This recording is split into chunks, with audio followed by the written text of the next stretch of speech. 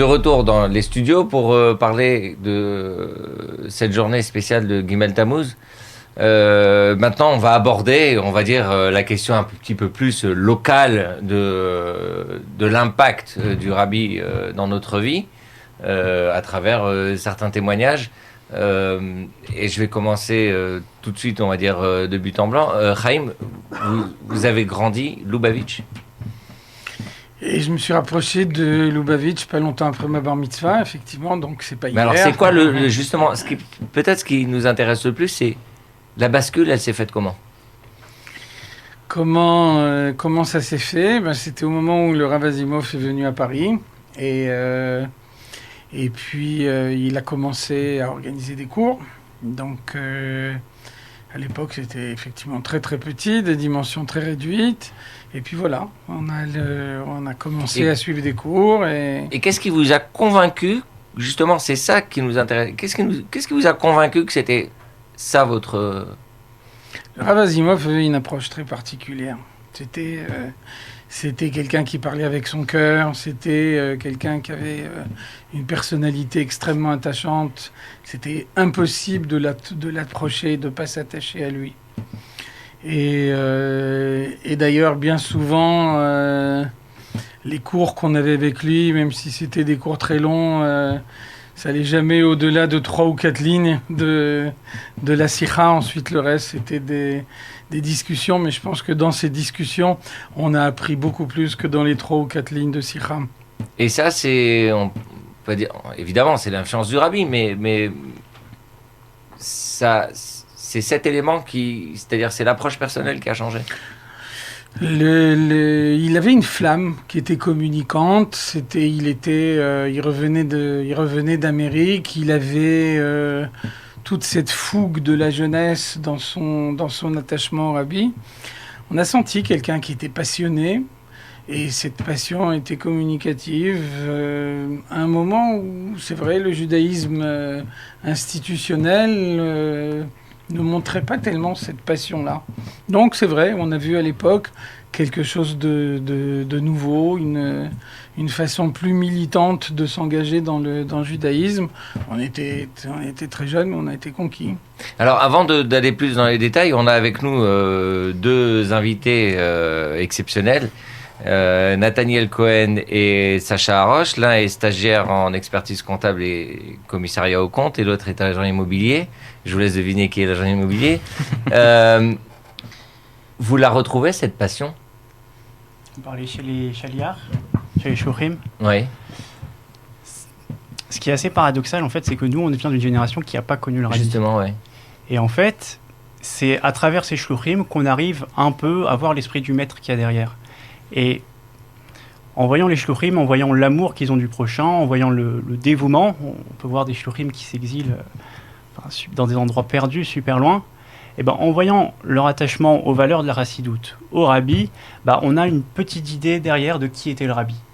Et ça, effectivement, on le ressent, mais peu importe où on va. Chez les shluchim, que ce soit ici, que ce soit ailleurs, en fait, il y a toujours ce sentiment de « tu es juif », donc je vais essayer de t'apporter quelque chose. Et ça, effectivement, on le ressent partout. Sacha ?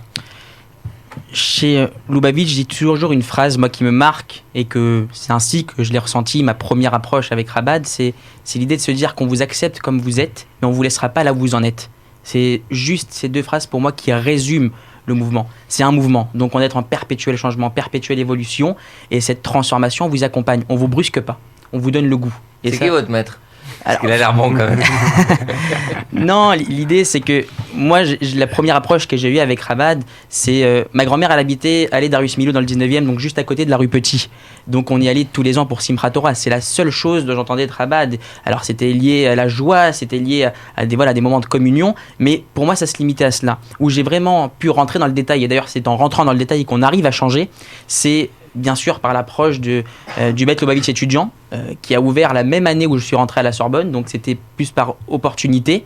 Et en même temps, ça m'a donné envie d'en savoir Avec plus. Mendiarnov. Mendiarnov a été un élément déclencheur par sa chaleurosité, par l'idée qu'il a instaurée dans ce Beth Rabad. On n'a pas l'impression d'arriver dans un cadre religieux de base. On a l'impression que c'est à la fois une bibliothèque, un lieu pour se rencontrer, un lieu pour passer un moment, et en même temps, quelques petites doses de judaïsme à chaque fois. Pas quelque chose de trop contraignant, pas quelque chose qui va dégoûter et se dire qu'on va pas y revenir demain parce qu'on risque de se faire embrigader. C'est ce que beaucoup peuvent penser. Et au final, ces petites doses nous donnent envie de revenir. Qu'est-ce que vous aimez alors chez le rabbi, pour être plus précis? La diffusion du judaïsme, la façon dont elle s'est diffusée avec simplicité, c'est l'approche. Moi, j'ai grandi dans une synagogue séfarade depuis ma jeune enfance, et je n'ai vu pas trop d'évolution dans ma façon de pratiquer.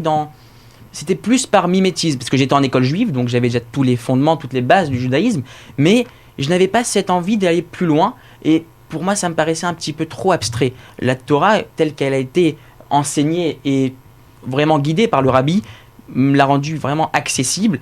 Et là, je me suis dit, waouh, c'est ça qui me touche. Une sira, quand j'ai étudié la sira, voilà, pour être très franc, quand j'ai étudié la Gemara, pour moi, ça me paraissait toujours très flou. Moi, j'avais l'idée qu'il fallait avoir un esprit aussi scientifique pour étudier la Gemara. C'était beaucoup de liens de cause à effet. J'ai toujours eu un esprit plus littéraire. Et la sira, par toutes les idées qui se cachent derrière un seul mot, on ne peut que rester subjugué et se dire que ce mot-là, on va pouvoir vivre avec ne serait-ce qu'une heure, qu'une journée, et puis le transmettre. C'est ça, hein. L'idée, c'est de ne pas conserver son savoir. C'est ça aussi qui m'a permis de connaître le Lubavitch. Nathaniel, qu'est-ce que vous aimez dans la chassidoute? Alors, de manière générale, la chassidoute en général et la chassidoute Rabad en particulier, ce qui me touche moi particulièrement, c'est qu'après avoir étudié, en fait, notre vision du monde, notre vision de l'autre, elle va changer. C'est que effectivement, quand on étudie la Gemara, on parle de la superficialité du monde, on va parler du taureau qui est encore en la vache, etc. Mais on va pas parler du sens réel, du sens profond qui se cache derrière cette réalité. Et la chassidoute, pour moi, c'est ce qui va donner du sens à cette réalité. C'est celle qui va expliquer ce qu'il y a au-delà de ce qu'on peut voir. Et ça, le rabbi l'a personnifié, en fait, il a montré, lui et d'autres, que c'est pas simplement des enseignements théoriques, mais ça doit être mis en pratique, et lui, il l'a fait toute sa vie. Et c'est ça qui est extraordinaire. Et une fois qu'on a étudié ça, le regard qu'on porte sur l'autre, il est clairement différent. Je vois plus simplement un juif dont je peux m'intéresser, je peux ne pas m'intéresser. Non, je vais me demander qu'est-ce que je vais pouvoir lui apporter. Où il en est dans son judaïsme, où est-ce que je vais essayer de l'amener. Et c'est une inversion complète de la perspective qu'en fait, on aurait si on n'avait pas étudié la chassidoute. Puisque en général, dans le monde, quand on rencontre quelqu'un, on peut se demander qu'est-ce que je vais pouvoir retirer de cette relation. Alors, je m'excuse de vous couper, mais cette journée du 3 Tammuz, Gimel Tammuz, elle résonne comment chez vous? Elle marque la fin d'une époque que j'ai pas connue, ça c'est sûr.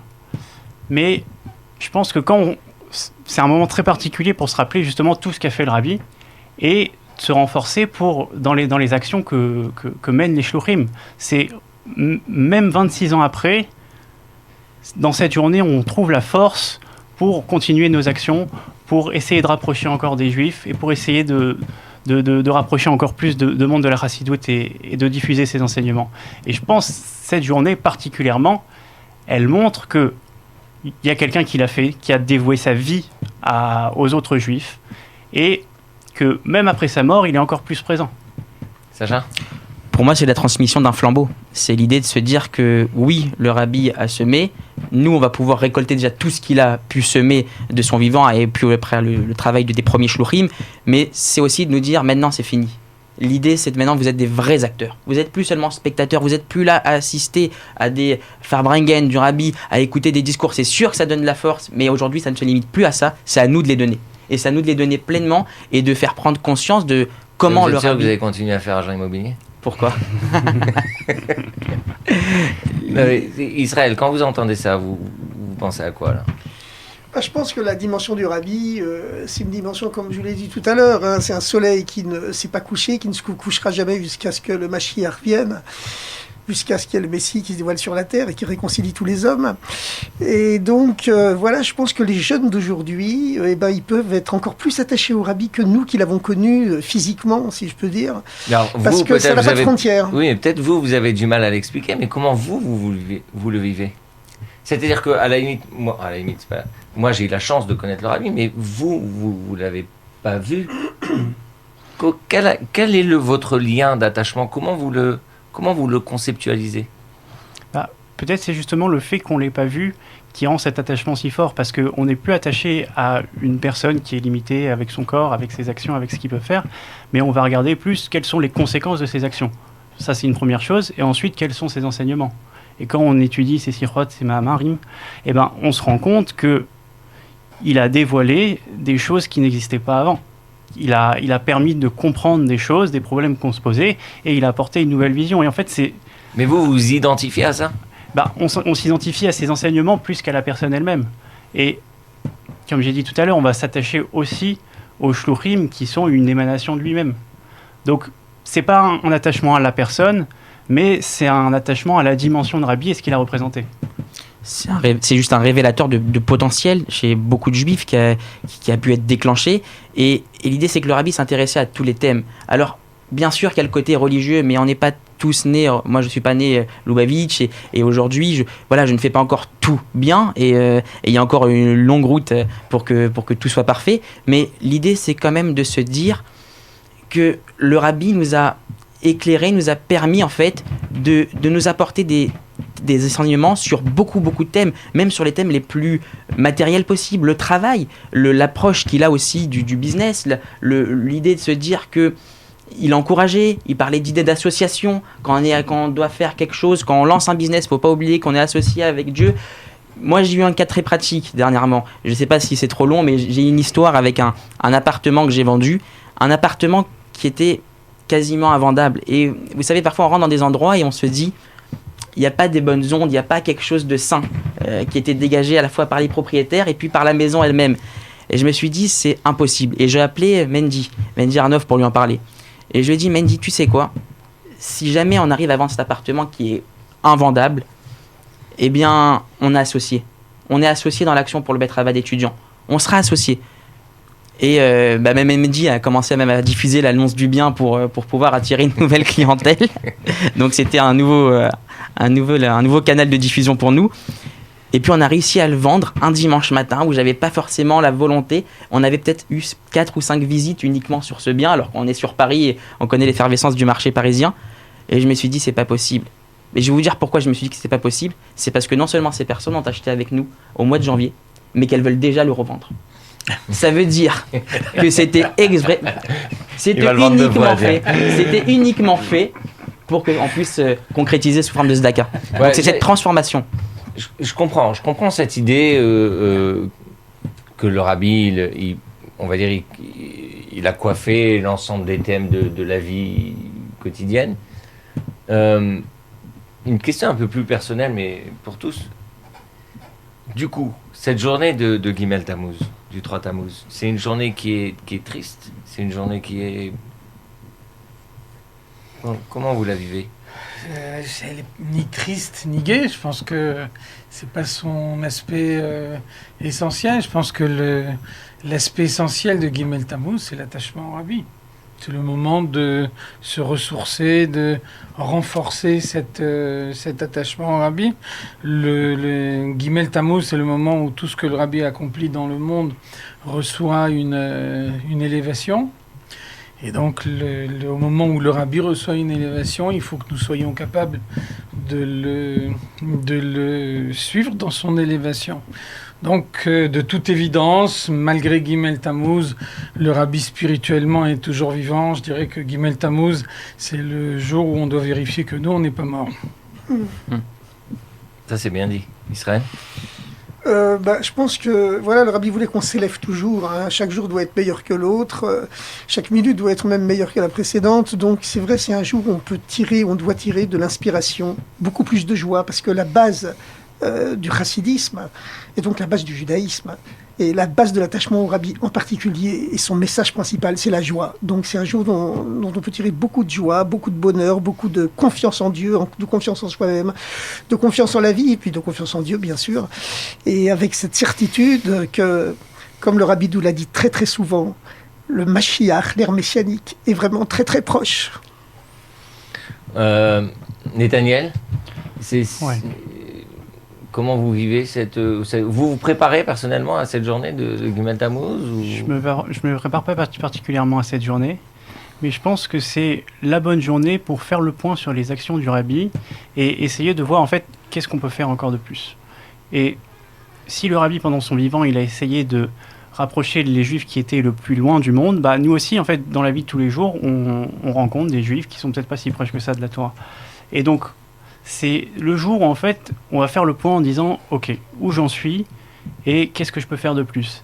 Et comme on en rencontre tout le temps, ça me fait penser à ce qu'avait écrit le Ravelot dans son autobiographie quand il était allé à New York avec son beau-père.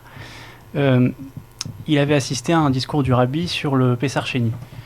Et le Rabbi avait insisté que en fait, cette situation de Pessar Sheni qui a engendré Pessar Sheni, bah, on l'a tout le temps dans notre vie quotidienne. On voit des Juifs qui ne font pas la Torah parce qu'ils sont impurs involontairement. Et du fait de cet éloignement, on doit entendre leur appel qui dit la Manigara, pourquoi nous, on serait rejetés. Et avec cette idée en tête, en fait, tous les jours de notre vie, on va voir l'autre différemment. Et le 3 Tammuz, c'est le jour où en fait, on va dire, ok, où j'en suis et qu'est-ce que je vais essayer de faire jusqu'au prochain 3 Tammuz. Et en fait, c'est presque, on puise la force de réaliser ces actions-là le 3 Tammuz. Sacha? Je rejoins Nathaniel dans ses propos en disant que c'est une étape, c'est un bilan qu'on doit faire déjà sur toutes les actions du Rabbi. Et aujourd'hui, qu'est-ce que je vais Alors, vous apporter ? prévoyez quelque chose pour demain? Vous prévoyez de faire quelque chose? C'est pour... Bah, prendre une bonne décision. Ouais. Ça, prendre une bonne décision. C'est avant tout l'idée de se dire qu'on doit prendre conscience qu'on est tous, c'est pas parce qu'on n'a pas forcément tous une barbe et un chapeau qu'on n'est pas des shluchim en civil. On est aussi dans la vie de tous les jours. Et ça ne s'applique pas seulement à la synagogue, ça ne s'applique pas seulement dans notre lieu de travail, mais c'est à chaque étape. Dès qu'on rentre à la maison, partout, on ne doit pas oublier qu'on n'est pas seul et qu'on ne marche pas seulement avec nos forces. Écoutez, je vous remercie beaucoup pour l'ensemble de ces témoignages, pour l'ensemble des sujets qu'on a traités aujourd'hui. Et je suis certain qu'on se reverra pour reparler davantage de l'ensemble de toutes ces thématiques. Je vais conclure juste en disant,